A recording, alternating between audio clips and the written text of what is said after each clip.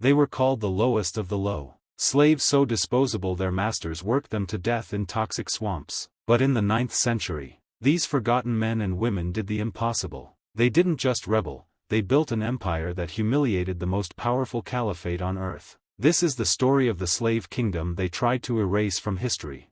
Picture this: the salt marshes of southern Iraq, 870 AD. The Abbasid Caliphate, stretching from Tunisia to India, is the superpower of its day, and its economy runs on salt, produced by African slaves known as the Zanj. These weren't household servants, they were industrial slaves, worked in conditions so brutal most died within years. They lived up to their ankles in brackish water, their skin peeling from salt burns, breathing air thick with mosquitoes and disease. To their Arab masters, they were less than human, disposable tools for profit.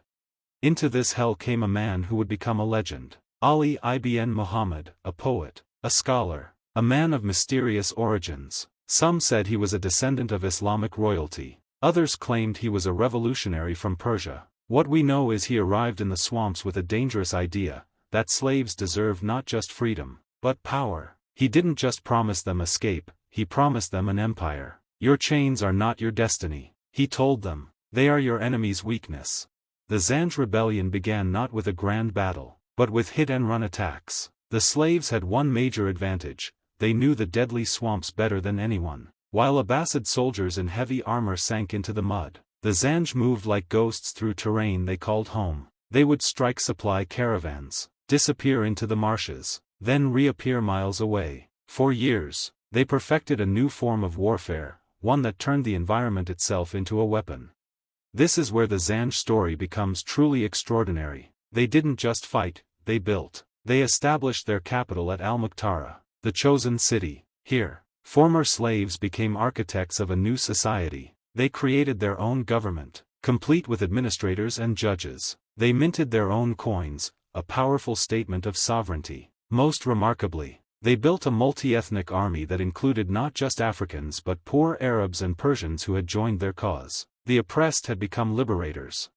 For 15 years, the Zanj kingdom grew stronger. At its peak, it controlled much of southern Iraq and threatened Basra, one of the wealthiest cities in the Islamic world. The Abbasid Caliphate, embarrassed and threatened, finally took the rebellion seriously. They assembled one of the largest armies ever seen, tens of thousands of professional soldiers, siege engines, and the empire's best generals. This was no longer about putting down a slave revolt, it was about destroying a rival kingdom. The final siege of Al-Mukhtara was one of the most brutal in medieval history. 4 months, the Zanj held out against overwhelming forces. When the walls finally fell, the vengeance was terrible. Ali ibn Muhammad was killed and beheaded. Survivors were executed or re-enslaved. The Abbasids made sure to destroy every building, every record, every trace of the slave kingdom that had dared to challenge them.